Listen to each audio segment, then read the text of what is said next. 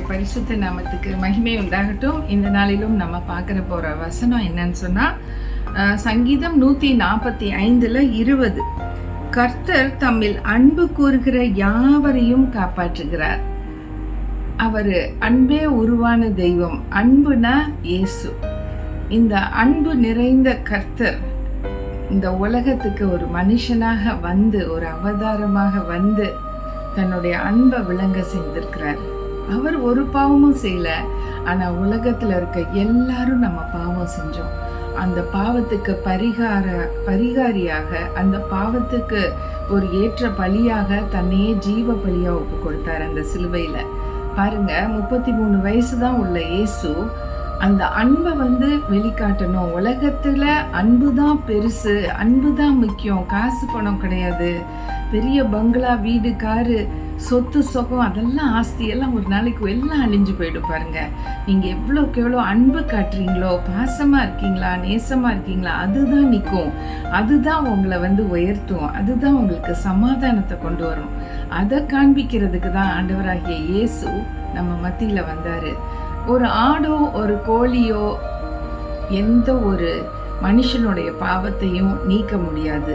மனுஷன் எவ்வளவு தன்னை ஒடுக்கி என்னென்ன காரியங்கள் செய்து தன்னோட பாவத்தை கழுவணும்னு நினைக்கிறான். கங்கை நதிக்கு போய் அங்கே கழுவணும், காவேரியில போய் இது செய்யணும், அது செய்யணும்னு பொருத்தனை பண்ணி அந்த மலைக்கு போகணும், இந்த கோயிலுக்கு போனால் சரியாயிரும், இங்கே போனால் சரியாயிரும், அங்கே போனால் சரியாயிரும், எங்கே போனாலும் சரியாகாது.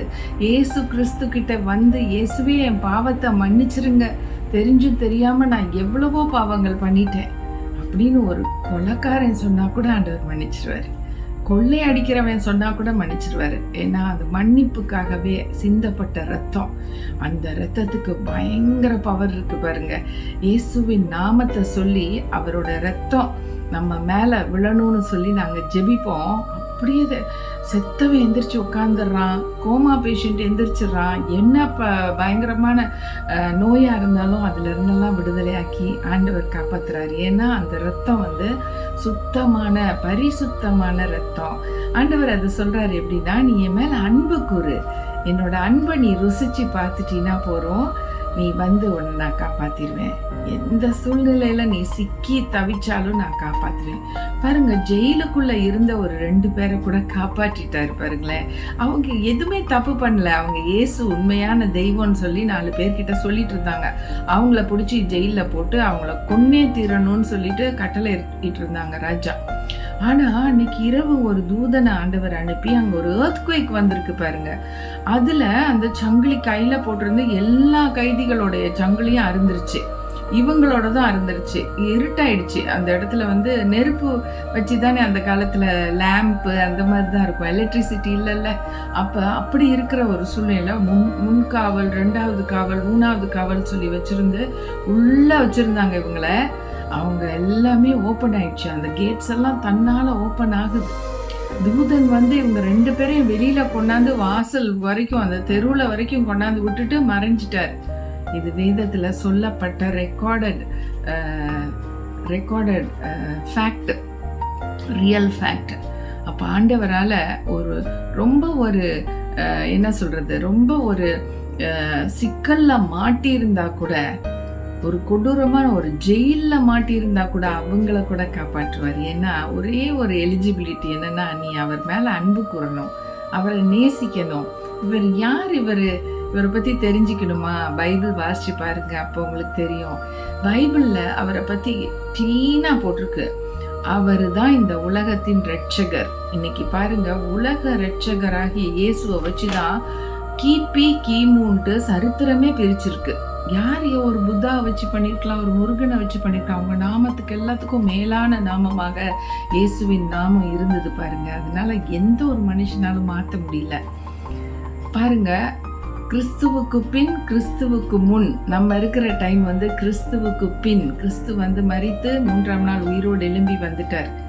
அவர் ஜீவனுள்ள தெய்வமா. உலகத்துல எத்தனையோ நாடுகள், மெஜாரிட்டி கிறிஸ்டியானிட்டி, நிறைய நாடுகள் கிறிஸ்டியன் கண்ட்ரீஸ், இயேசுவை பின்பற்ற நாடுகளா இருக்கிறாங்க. இன்னைக்கு நமக்கு தெரியலன்னா நம்ம தெரிஞ்சுக்கணும். உண்மையான தெய்வம் யாருன்னு தெரிஞ்சுக்கிட்டோம்னா நம்ம அவரை விடவே மாட்டோம். அவர் அவ்வளோ அன்பான தெய்வம். இந்த அன்புக்காக நம்ம எதை வேணாலும் கொடுக்கலாம் பாருங்க. அவ்வளோ நேசமானவர். நான் உன்னை தாங்குவேன், சுமப்பேன், தப்புவிப்பேன்னு சொல்றாரு. தாங்கிக்குவாரு, சுமந்துக்குவாரு, தப்பு வைப்பாரு. எல்லா ஆபத்துல இருந்தும் அவர் நம்மளை காப்பாற்றுவார். என்ன பிரச்சனையா இருந்தாலும் உலகத்துல இருக்க அத்தனை பிரச்சனைக்கு ஆன்சர் பாருங்க. நிச்சயமா கர்த்தர் உங்களை ஆசீர்வதிக்கட்டும். நீங்க நல்லா சுகமா இருக்கணும்னு ஆண்டவர் நினைக்கிறார். நல்ல தகப்பனே, நமக்கு நன்றி ராஜா. நாங்க அன்பு காட்ட பழக கிருபை தாங்க. அன்புனா என்னன்னு நீங்க தான் எங்களுக்கு கற்றுக் கொடுத்துருக்கீங்க. எங்களுக்கு அன்பா இருக்க கூட தெரியாத ஆட்களா நாங்க இருந்தோம்ப்பா. ஆனா உம்மை நேசிச்சு உம்ம பக்கத்துல வந்து உம்முடைய ரத்தத்தினால கழுவப்பட்ட அந்த நாள்ல தானே தேவ அன்பு எங்களோட இருதயத்துல ஊற்றப்பட்டு நாங்க ஒரு தெளிவடைந்து ஒரு ரிலாக்ஸ்ட் ஆயிட்டோம்ப்பா. ஒரு பெரிய ஒரு மேன்மையான ஒரு காரியத்தை கண்டுபிடிச்சிட்டோம்.